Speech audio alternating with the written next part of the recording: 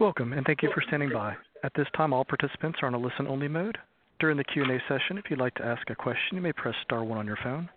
Today's call is being recorded. If you have any objections, you may disconnect at this time. Now I'd like to turn the meeting over to Mr. Lance Jackson. Sir, you may begin. Hello. Good morning, night, afternoon, depending on your location. Welcome to the SelectUSA IIWG webinar with the Census Bureau. In this webinar, you're going to learn how to access, navigate data on trade, demographics, and business using the USA Trade Online, Global Market Finder, and Census Business Builder tools. Before we begin, I just want to go over a bit of housekeeping. As we start this session, you'll see in the corner of your screen a little Q&A icon. Feel free to click that and send us any questions that you might have during the presentation.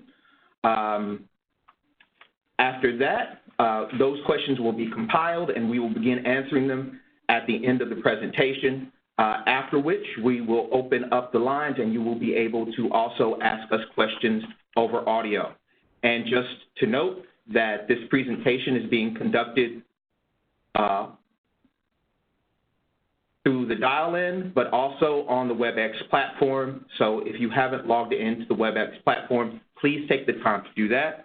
And without further ado, I will turn it over to the SelectUSA Executive Director, Brian Linehan. Thank you, Lance. Welcome, and thank you for joining today's SelectUSA Interagency Investment Working Group webinar featuring the U.S. Census Bureau, one of our 13 great statistical agencies in the USG. My name is Brian Linehan, and I am the Executive Director for SelectUSA. I have been in this position for roughly 1 year now, and I am proactively working towards deepening relationships with our interagency partners, like those folks at the Census Bureau, through the Interagency Investment Working Group. I will start today's webinar with a brief overview of SelectUSA and then turn it over to my colleagues at the Census, who will be conducting the bulk of the webinar with an overview of the investment-related tools that their Bureau has to offer and that we take full advantage of in supplying to our clients. The IIWG was created by an executive order back in 2011. Under George W. Bush, it originally started as Invest in America when folks saw that there was a need for an investment promotion agency within the USG. The executive order formalized the SelectUSA program as the only federal-level investment promotion program. SelectUSA promotes high-impact investment into the United States that creates or retains jobs, expands imports and exports, and drives innovation. The Federal Interagency Investment Working Group, which consists of 29 federal agencies, was created in conjunction with SelectUSA under the EO to coordinate activities to promote business investment and respond to specific issues that affect business decisions. So who do we serve at SelectUSA? SelectUSA clients are companies and EDOs at the state, county, and city level. EDOs are our greatest partners, and as of May 2019, SelectUSA has facilitated over $47 billion in client verified announced investments into the United States. Thus far in 2018, we have orchestrated $4.2 billion in client verified investment wins and assisted 3,600 clients across the United States and its territories, creating more than 8,000 jobs. This photo on this slide here helps illustrate one such project. This is a groundbreaking ceremony in Circleville, Ohio, where Sofidel Group of Italy will invest $259 million in a manufacturing plant that's expected to create 300 jobs. On the next slide is a footprint of our team and where we are. We are proud of the work that we do, but we don't do it alone. We are contained within the International Trade Administration, which houses the U.S. Foreign Commercial Service, who supports the investment work overseas.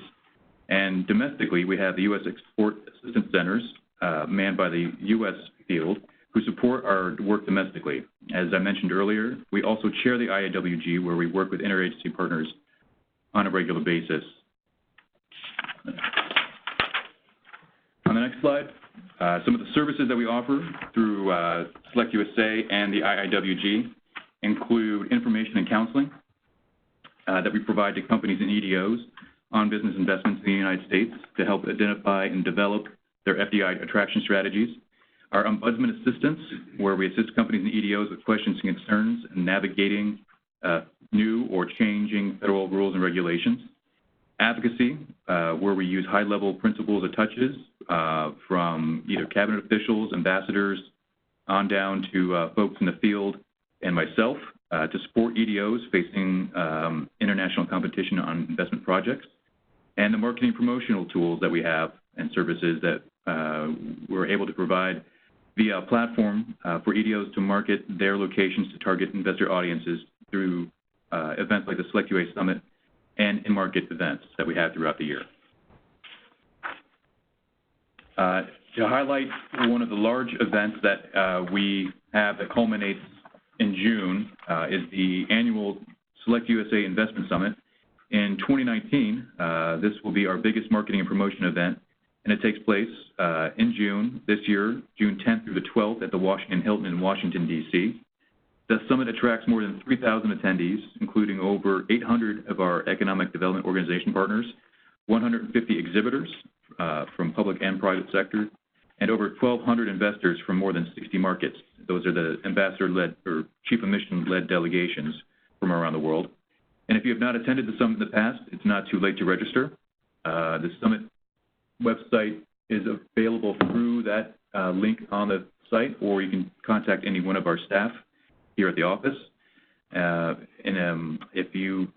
would like to now pass it off to my colleagues at the Census Bureau who are eagerly awaiting here, and I would like to hear more about what they have to do with the IIWG through them demoing their interactive tools for companies and EDOs for those that are interested in learning more about the U.S. market. So thank you, Jeremy and Andrew, who are here today from the Census to present, and we sincerely appreciate you being here, coming all the way from across the river.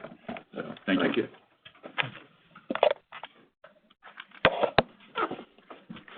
Good afternoon. First, I'd like to thank everyone for attending this webinar today.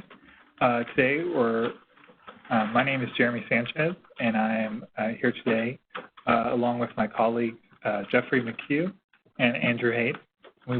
We all work for the Economic Directorate at the U.S. Census Bureau. Today, we're going to be talking about some data tools we have for investors in economic development organizations. So here's the outline for the presentation today. We just had our introduction, but we're going to go over two tools focused on trade. The first one, which I will be covering, is USA Trade Online, followed by my colleague Jeff. He's going to present the Global Market Finder. And then finally, Andrew Haight is going to present the Census Business Builder, which has trade data, but also more broad demographic and business data.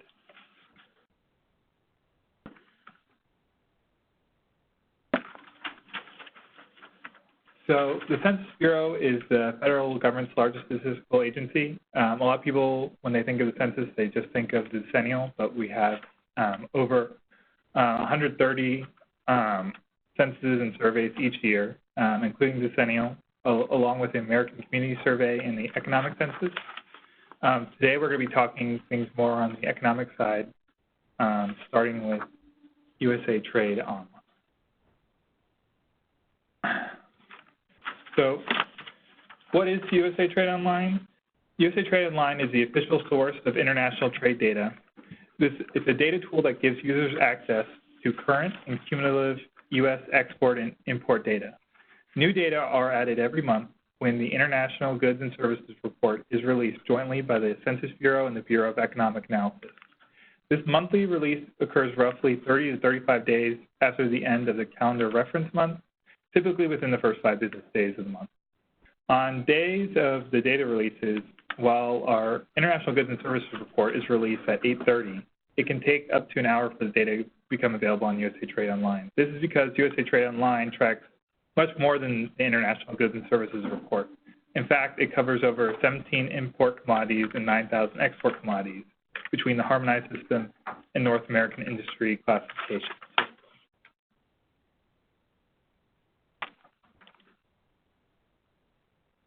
Who uses USA Trade Online?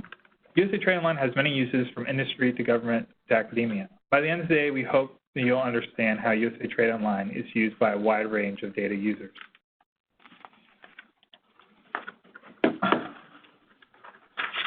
USA Trade Online has detailed data and what you could say are 4 databases. We have district-level data, so custom district-level data by the harmonized system. We also have port and state-level data. And we also have data by the North American Industry Classification System, which I'll talk about later in this presentation. Each database has different levels of data detail available. For instance, port data has method of transportation, where the North American Industry Classification System has balance of trade.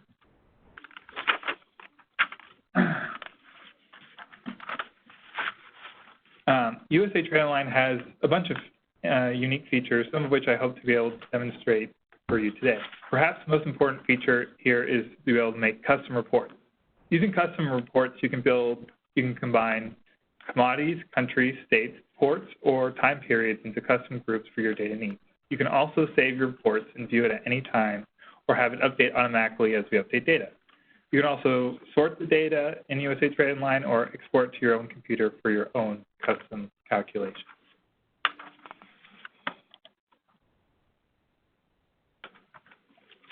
So as I just mentioned, USA Trade Online has 2 classification systems, the harmonized system, otherwise known as HS, and the North American Industry Classification System, otherwise known as NAICS. The HS data share the same 6-digit headings for imports and exports. Their differences arise in the final 4 digits of the 10-digit code. These divisions create distinctions for exports, which fall under the Schedule B classification, and imports under the harmonized tariff system. For a complete list of codes, please visit the links listed in the slides. The second classification system we have is the North American Industry Classification System, or NAICS. While our NAICS data is actually product-based, it matches to other census industry classifications, meaning the data provides a broader picture than the HS system. For example, under the detail of 6 digits of NAICS, it could show you data on passenger vehicles or potatoes, while under the more detailed harmonized system, you could find out if those vehicles were trucks, light automobiles, tractor trailers, and if those potatoes were organic, russet, or red. So now we're going to jump right into an example involving fishing rods. So in this example, a business owner has a sporting goods store and wants to expand their business to include fishing rods. They want information on how many fishing rods were imported into the U.S. in 2018, what were the top 10 countries for fishing rods in 2018, and what were the average prices for each of those top 10 countries. So once you log into USA Trade Online, you're going to come to the screen, the data source selection screen, where you can choose the data most relevant to your report. In this case, we will want the harmonized system district level data imports. Once you log in, you're going to come to the commodity screen. Here you can select your commodity by drilling down into those 2-digit codes, entering the HS code or the description into the search bar. In this case, we're going to be searching for fishing rods, as you can see in the search bar above those commodities.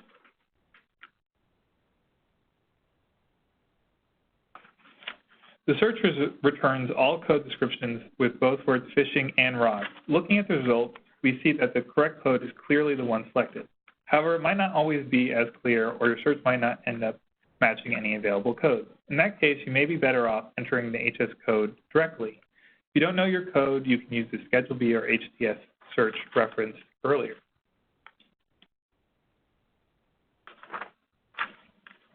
Now that we have our commodity, we need to select the other variables we want to include in our report. On the left-hand side, we select measures. At this screen, we can see all the measures available in this data set. For the purpose of our example, we are looking at the value, volume, and price. So we select custom value, quantity 1, and custom unit value, respectively. Notice that the general custom value has a default number next to it. This means that no selection if measures were made, our report would show the general custom value. All sections of report contents have default numbers. Now that we have measures, we select country on that left side. Since we're trying to find the top 10 countries, we first need to select every country. A quick way to do this is by selecting the green check mark next to world total indicated on the slide. This selects every country, and then we're ready to move on to the next portion of report content.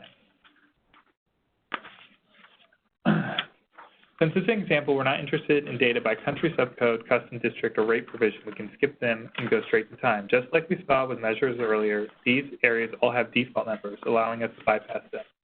In the time screen, we have annual data back to 1992 and monthly data back to 2002. In this case, we're just interested in 2018 data, so we select that year. We're now ready to make the report.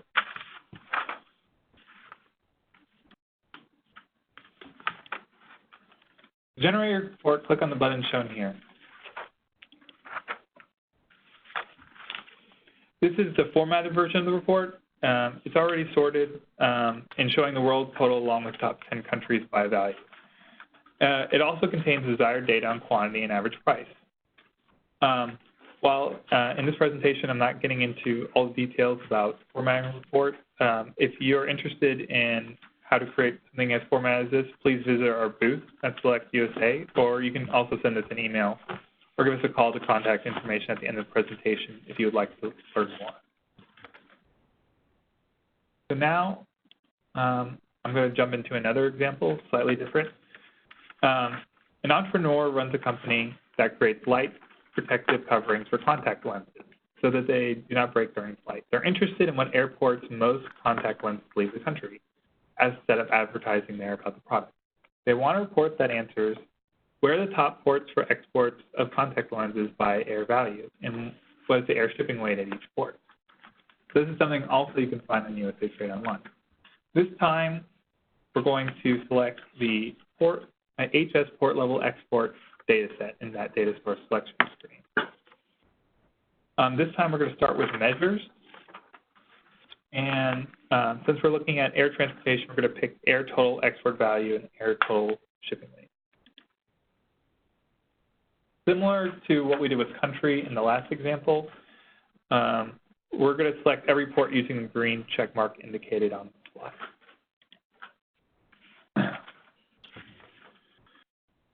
Under commodity, once again, we search for contact lenses using the search bar. This time, there's only one result. Notice that the code is only 6 digits. 10-digit codes are not available at the port level data set. We're skipping country in this example and selecting the 2018 data in the time pane, like in the last example. We're now ready for the report. This is a resulting report, and we can see the top ports by value for 2018. At this point, you can either save the report or export the report as an Excel file or a CSV, or comma separated variable file. Again, for more information on anything in this example, please reach out to us either at the conference or the contact information at the end of the presentation. Here's a quick reference slide for data available in the USA Trade Online for exports. As previously discussed, the HS district level is the only data set with 10-digit HS codes, and then port and state has level of method of transportation, and you can see that NAICS has information by balance. This is a similar slide for imports. The import have additional information at the district level, like rate provision, country subcode, and additional measures like CIF value to calculate duty and dutiable value. The other data sets are very similar to the export side with some differences in the time period at the state level. This concludes my presentation, and I'm going to pass on to my colleague Jeff McHugh to talk about the Global Market Finder.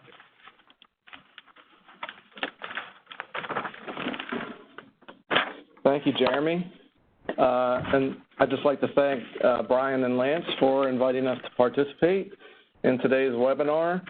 I'm always happy to talk about the Global Market Finder as I was on the development team, and we spent a lot of time on this, and we're really happy to see people use the tool and get the most out of the tool.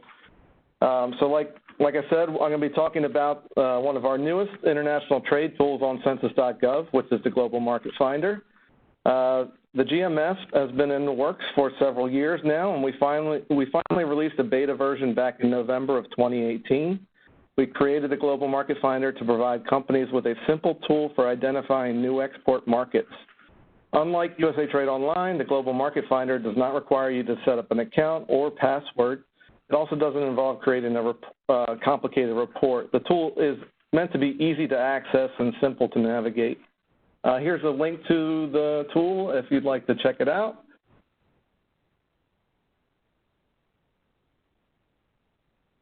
So the Global Market Finder gives you a good detailed overview of exports of a selected good via visualizations and tables. First, you're prompted for a Schedule B code or description to search for your product. Note this is just a plain text search engine, so if you can't find your commodity, then I suggest using our Schedule B search engine, as Jeremy referenced earlier. You can click on the question mark there to use the search engine, or you could just type in a description into that box there. The description or the list of goods should populate once you submit your request. So once you submit your search, you can click on the Schedule B code or the description that matches your product. The data visualizations at the bottom of the screen will change based off of your selection. This slide shows the map view at the bottom there. The map shows the top 5 export destinations for your selected commodity. The top 5 destinations are represented with a red dot. The other destinations are denoted with a blue dot. And if you hover over each country, it'll show you how much we export to that particular country of your selected good. So one of the most useful features of the Global Market Finder is the Unit Price Analysis tab. You can see the average unit price of a good for each country and see how they compare with each other.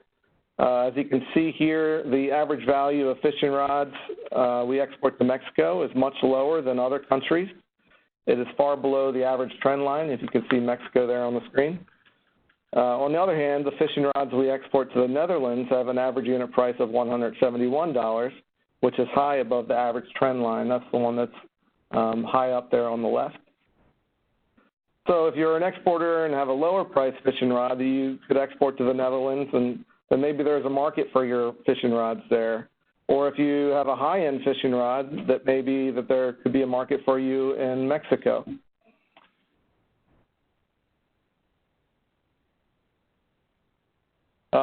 Keep in mind, based off of the last slide, that not all commodities have a unit of quantity, so the unit price analysis is not available for all goods. On to this slide here, in addition to the graphs, there is also an option to view the data in tabular format.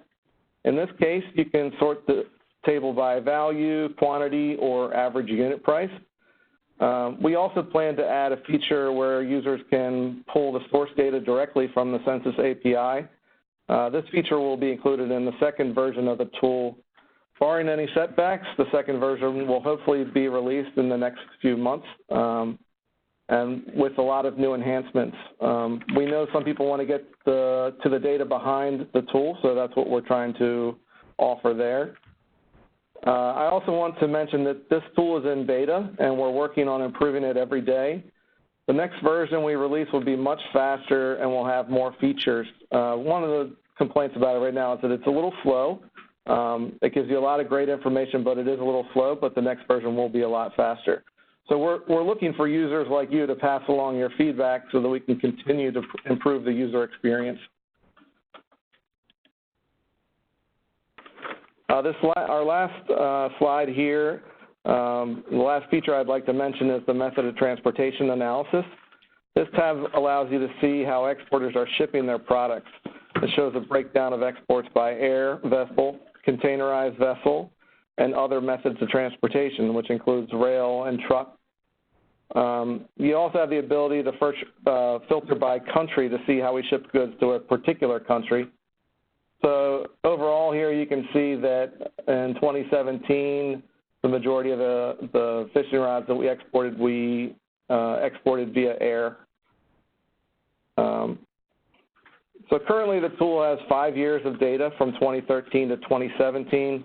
We plan on updating with 2018 data when we release the new version, like I said, in the near future.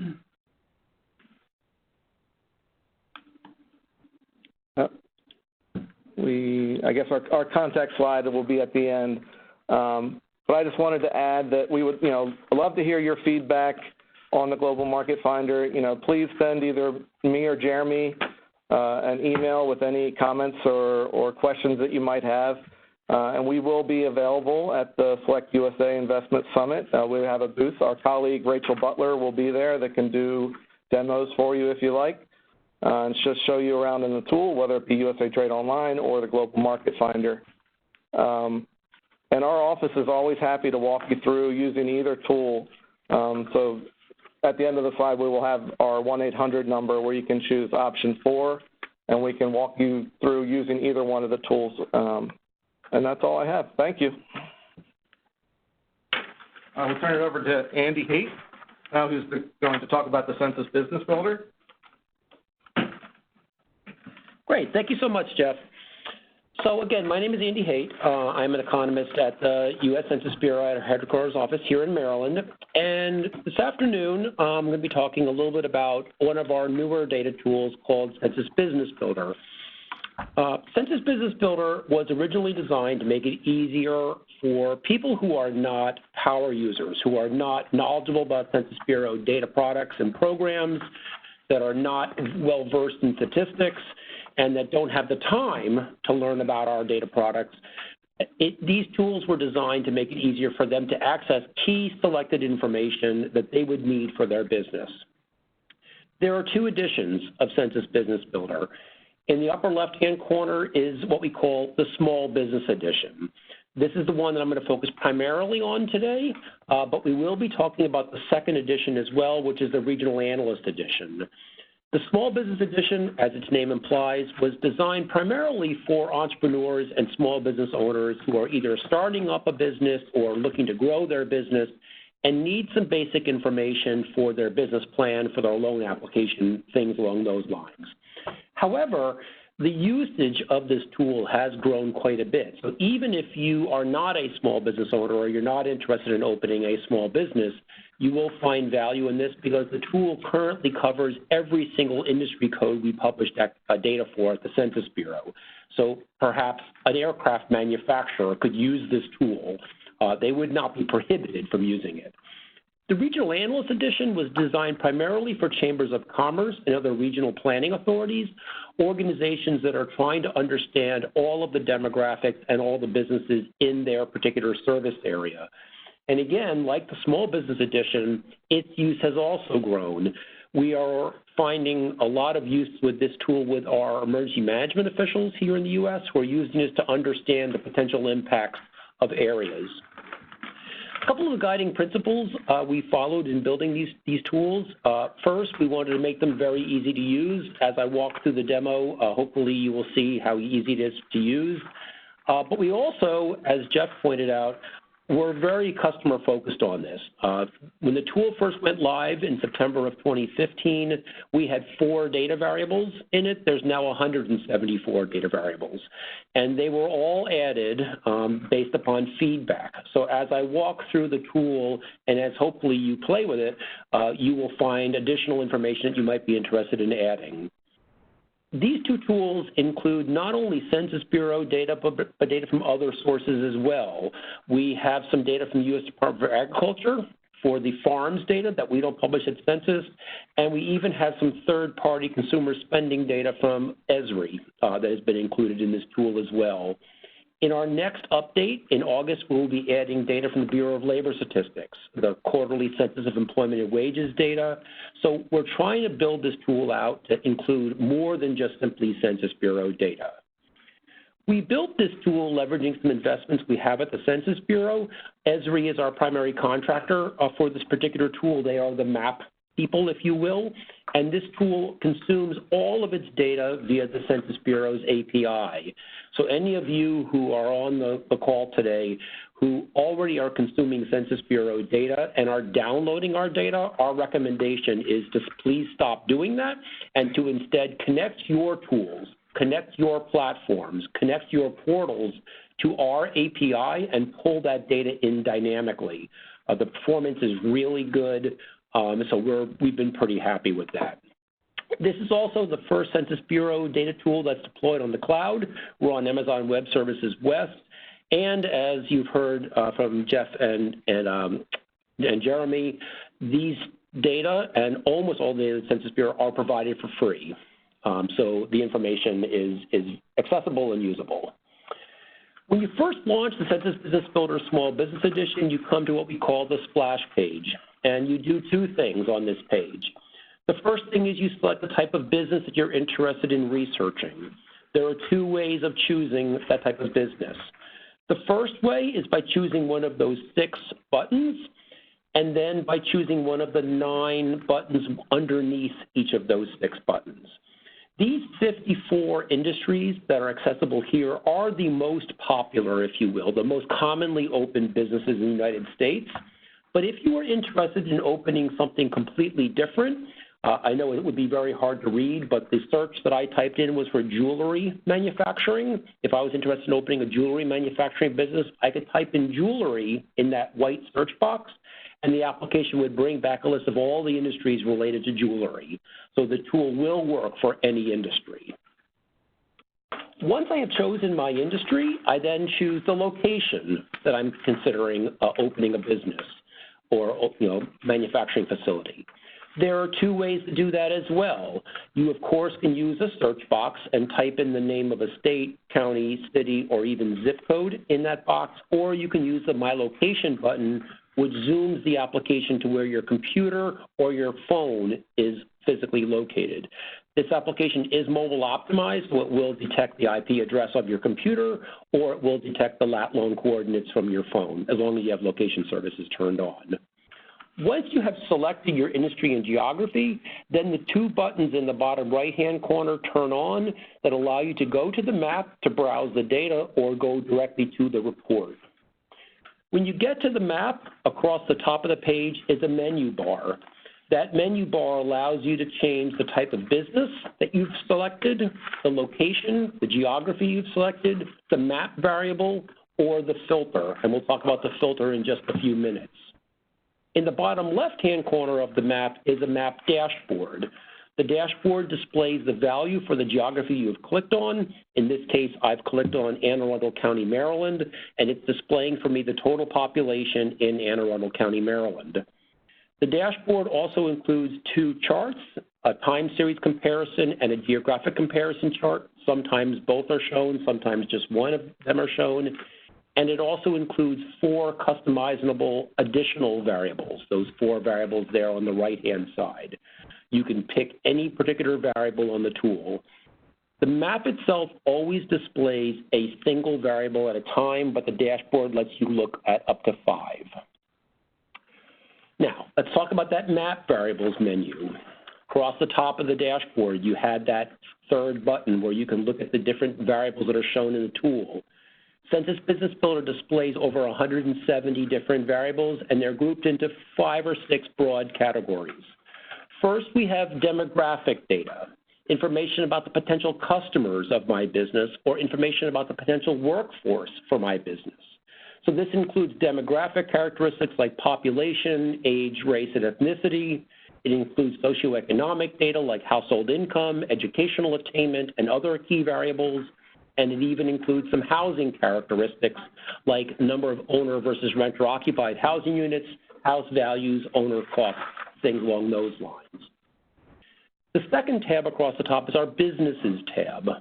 This includes a variety of data from the Census Bureau and other sources, including data from county business patterns, which covers our employer businesses, non-employer statistics, which covers self-employed people, the economic census, which is our big program we do every 5 years, the survey of business owners, which publishes data on the race, ethnicity, gender, and veteran status of the business owner, and our Census of Agriculture data from USDA.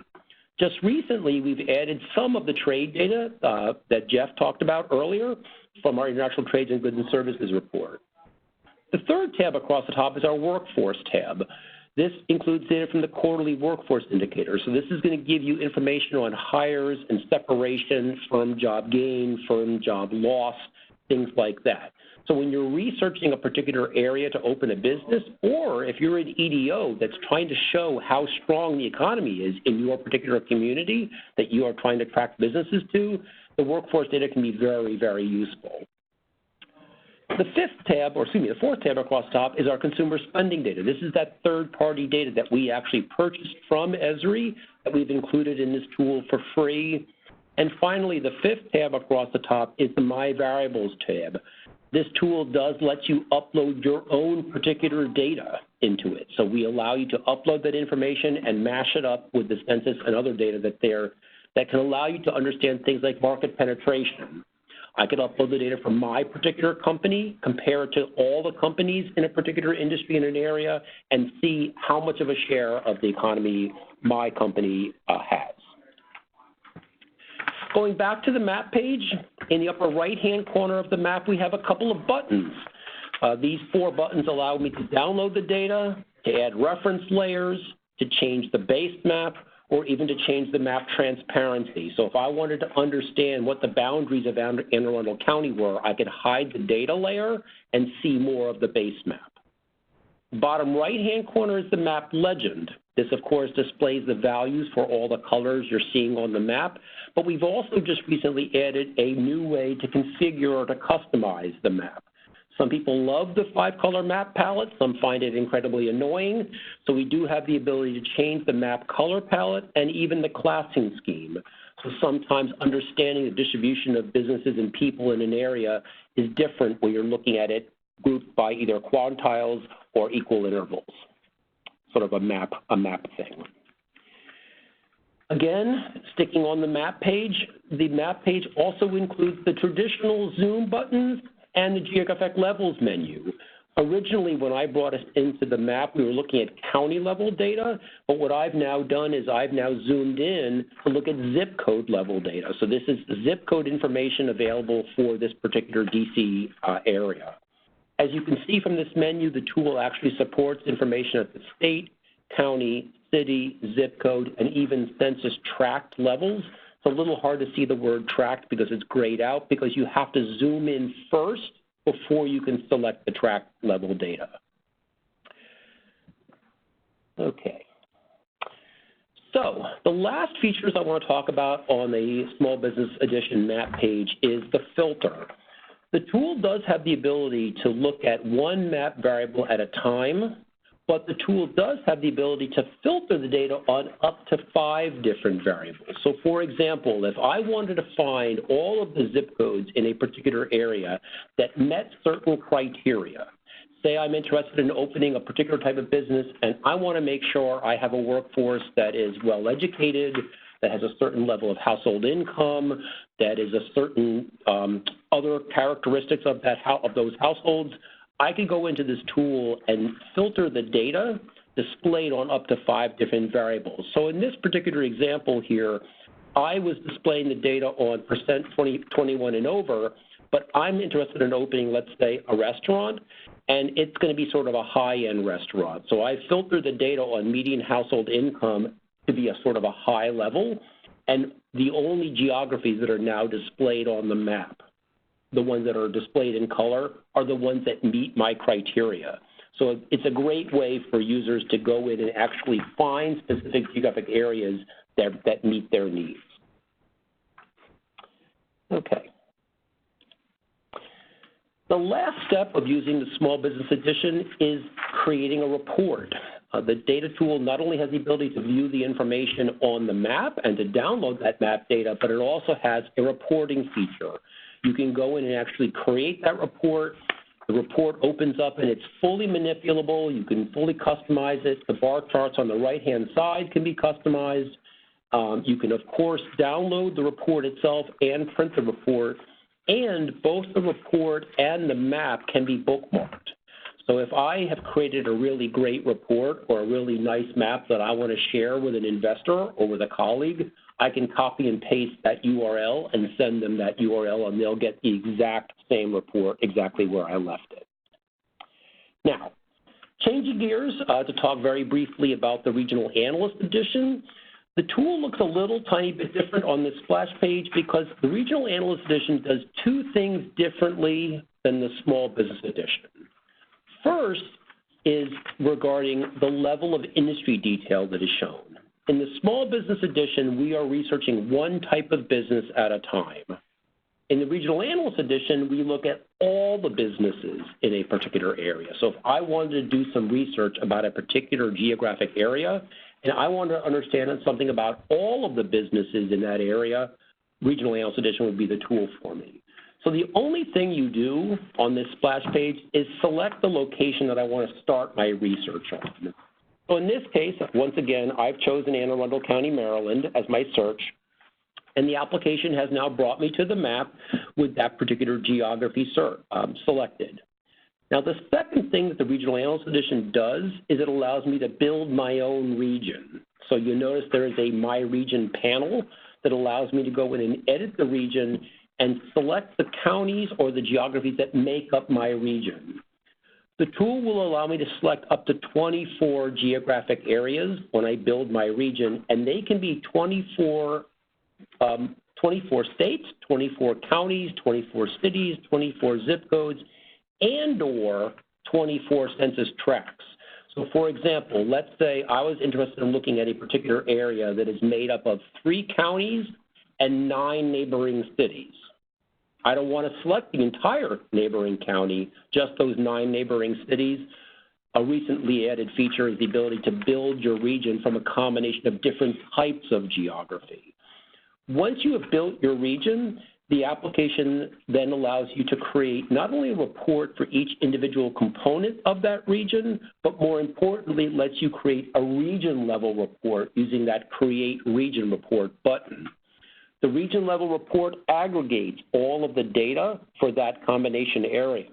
So again, from an economic development perspective, from an EDO perspective, understanding something about their service area that they're interested in, they could use this to kind of make the case about what the total economy is in their particular community.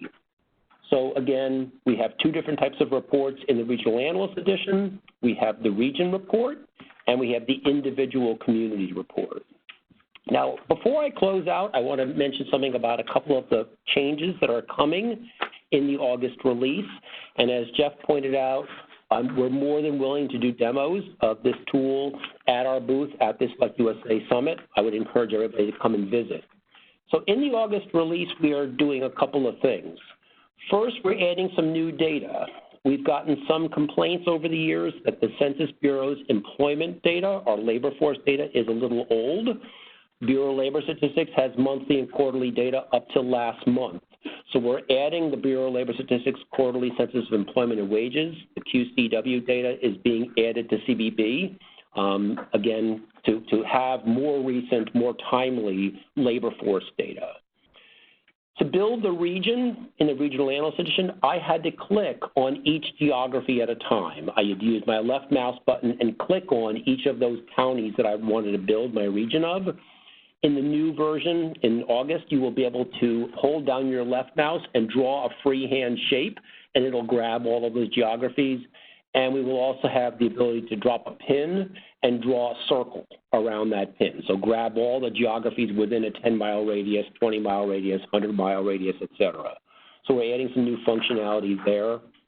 The tool also will have the ability to be able to drill down to additional dimensions of data. So for example, we publish information on employment and payroll and number of businesses by industry and geography. You will also be able to drill down by business size. So that size dimension is being added to CBB as well. And we have a few other surprises that are coming. Again, we'd love to share them at the SelectUSA Summit. So with that, I want to just summarize what we've covered today. So as Jeff and Jeremy showed you, we've got 2 fabulous data tools. I love sending people to them. The USA Trade Online tool, giving you the access to the full wealth of both imports and exports data that we have. Global Market Finder is one of my favorite tools. I'm really thrilled that they did this because very simply, in a very intuitive way, it lets users get access to some of that export data. And finally, my tool that I'm responsible for, Census Business Builder, helps these organizations find that demographic and business data that they could use. Again, we're really encouraging folks to come by and learn more about our tools, so we'd like to encourage you to visit booths GP19 and GP20 in the Government Pavilion, or we're going to be doing a presentation on Monday, June 10th in the Monroe Meeting Room that we'd love to be able to do that as well.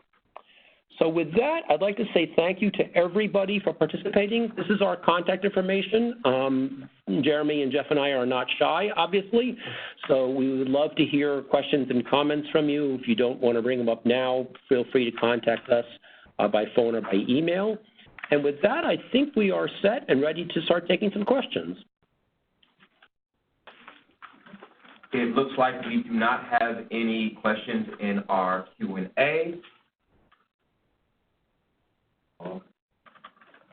So let's open, if the operator will open up the lines for Q&A. Yes, the phone lines are now open for questions. If you would like to ask a question over the phone, please press star 1 and record your name. If you'd like to withdraw your question, press star 2. Thank you.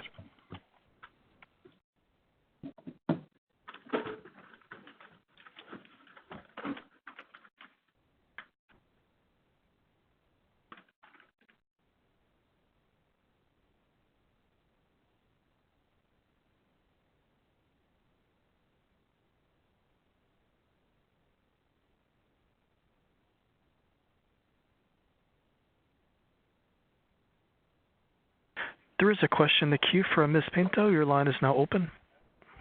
Thank you. I sent the question over the chat. I just want to know whether these tools are available for foreign investors. So investors from Chile could use all of these tools as well?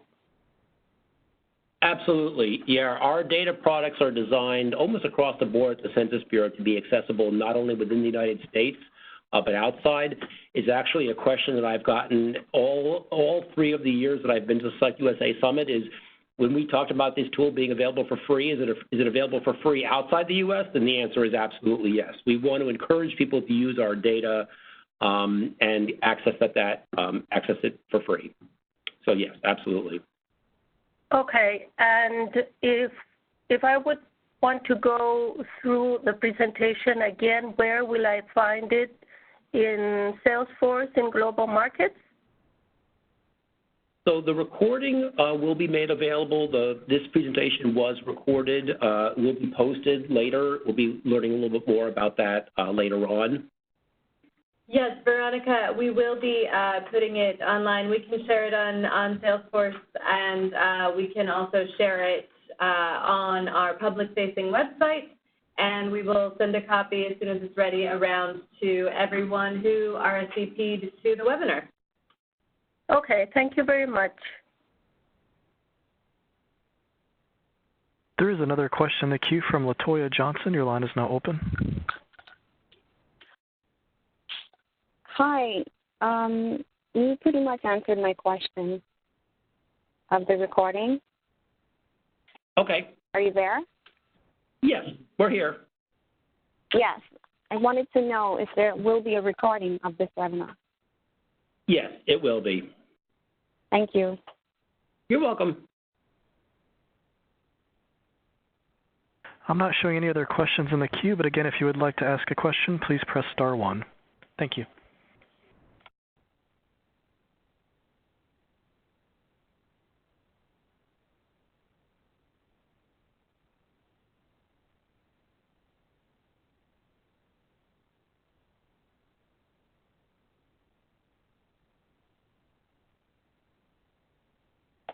And I'm showing no further questions at this time. Well, we will close it up for today. I would just like to thank everyone for coming out for this IIWG webinar with the U.S. Census Bureau. And as we said before, everyone who attended this webinar, everyone who RSVP'd for the webinar will get a copy of the slides, and also in a couple of days, we will also be sending you a copy of the presentation. Thank you very much for attending, and I hope you have a nice evening. This concludes today's call. Thank you for your participation. You may disconnect at this time.